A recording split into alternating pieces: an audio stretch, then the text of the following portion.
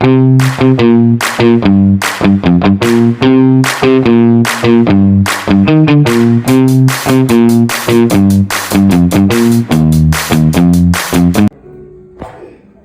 bigayan na binabaliwala, pero sa isip at damdamin ay nakakapaghinga.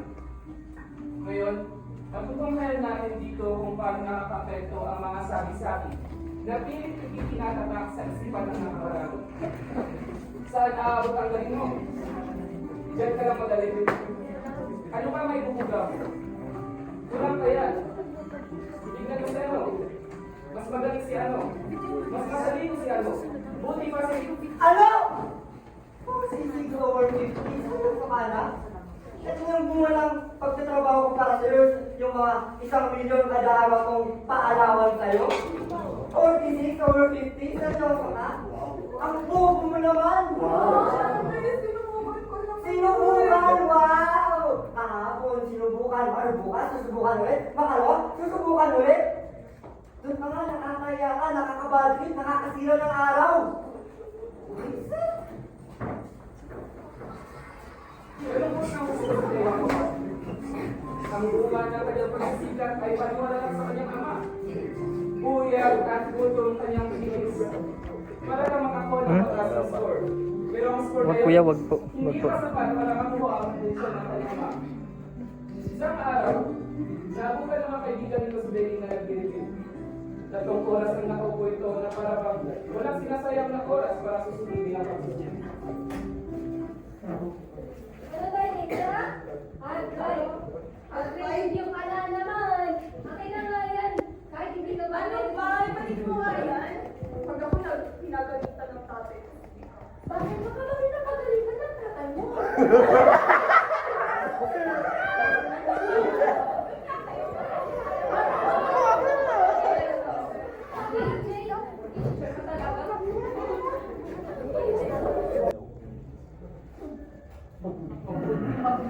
Guys! Sa goodness mo ako. Gusto mo bang malaman? Guys, nagtapos po ako sa aming... Ha? Takto? Takto lang? Seryoso ka? Yung mga pinsan mo, yung mga pinsan mo nun tayo sa mga valedictorian, sa mga cum laude, tapos ikaw, takto. Ako nga nung araw eh. Ako na yung tuturo sa mga guro ko. Yeah! Lumalas ka dito. Nakakasira ka ng araw. Alexis, ano ba? Palagi ka na lang ganyan. Palagi mo na lang siyang pre-pressure. Wow! Kinukonsinti mo kasi kayo malaki yung ulo ng anak ko! Isa lang yung anak natin para ipaalala ko sa'yo kasi anak natin siya!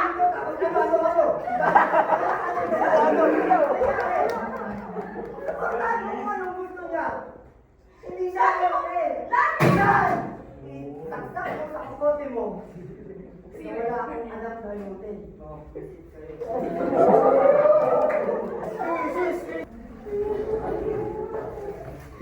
Ay, Notin!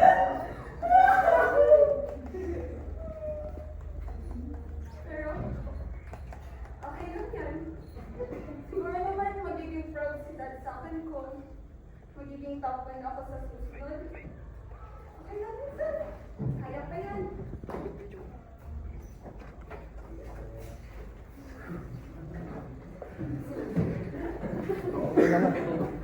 Sige. Pababa ng pababa.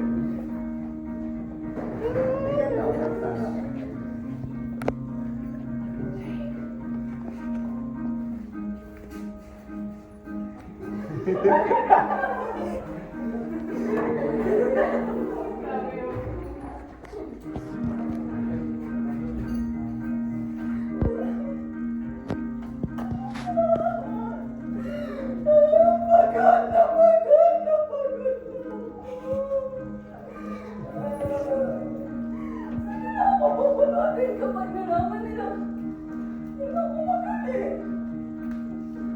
Bakit ako laging sinasabihan na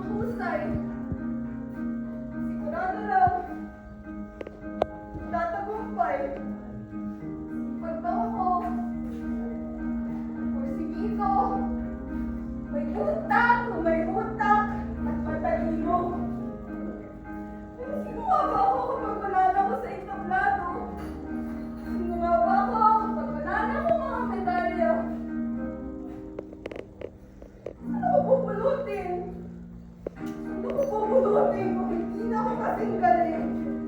Hindi na ako kasing galing. Ang batang noon ay kayang gawin lahat sa kanyang hangain. Sa kabila, ang mga salitang Ikaw pa? Matalino ka, di ba? Magaling ka, di ba? Kaya mo yan!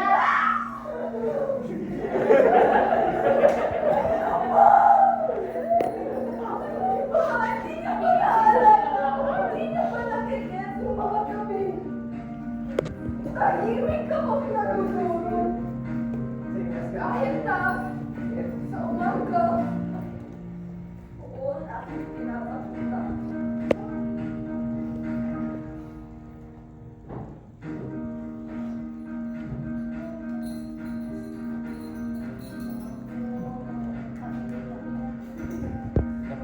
Nagmamahal pa ba sa akin? Nagmamahal pa ba sa akin? Kung may nagayawan ako, okay lang. Hindi na ako ang dati. Sakaling matapos na, ang paghangang binibigay sa akin, ang mga matataas na pagtingin,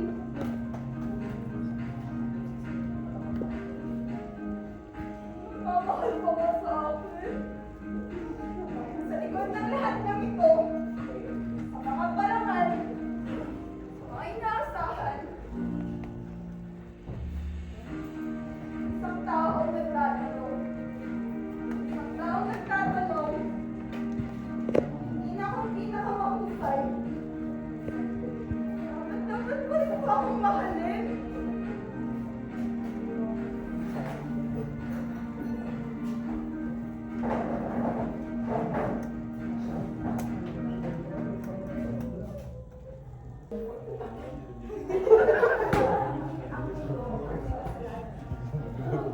Ang sarili mong isipan.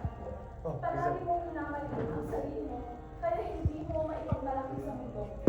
Hindi mo matagpuan ang tunay mong kakayahan dahil ikaw mismo ang nagtatago sa sarili mong kulungan.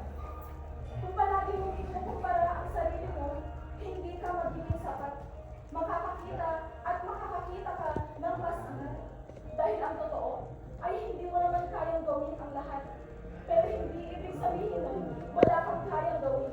Magaling ka, maniwala ka sa akin. Matatagpuan mo ang tunay mong kagalingan kung uumpisahan mo maniwala sa sarili mong kakayahan. Huwag mong ikumpara ang sarili mo sa iba dahil hindi ka pa sa pamantayang nilikha ng mga mata.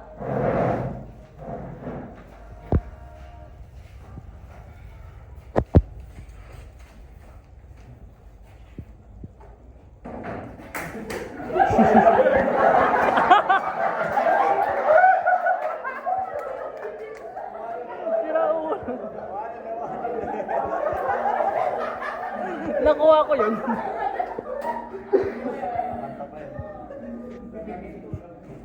Dahil anak, alam ba? Nagpapasaya na sapagkat naging naipit ako Kanyan, bago pa kami magkakilala ng Pilipinas, ay dala-dala ka na niya. Kaya, naging maipit ako. Hindi ako naging tunay pero pilit ko, sinikap ko. Kahit pa paano, nakikita ko sa akong mama, sa akong matatag na ama na mamalitan. Pero, hanggang ngayon, sabi ko lang talaga, anak, asensya na. At ang totoo, ang iyong tunay na ama, ang iyong tunay na ama, ayaw nagkahawak ko ng kurtina.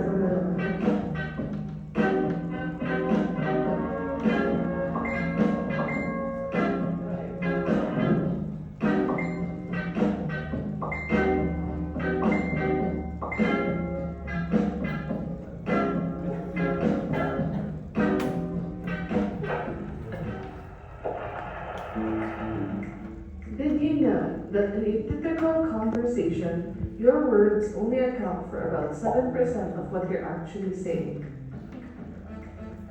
A staggering 93% of our message is actually delivered through our tone and our body language. Our brains are hardwired to prioritize how someone looks and sounds over what they're actually saying.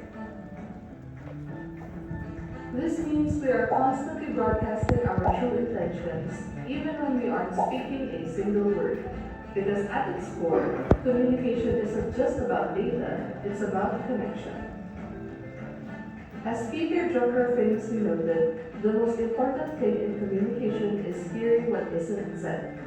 So let's break down how that happens. Communication is something we see every single day, often without even thinking about it.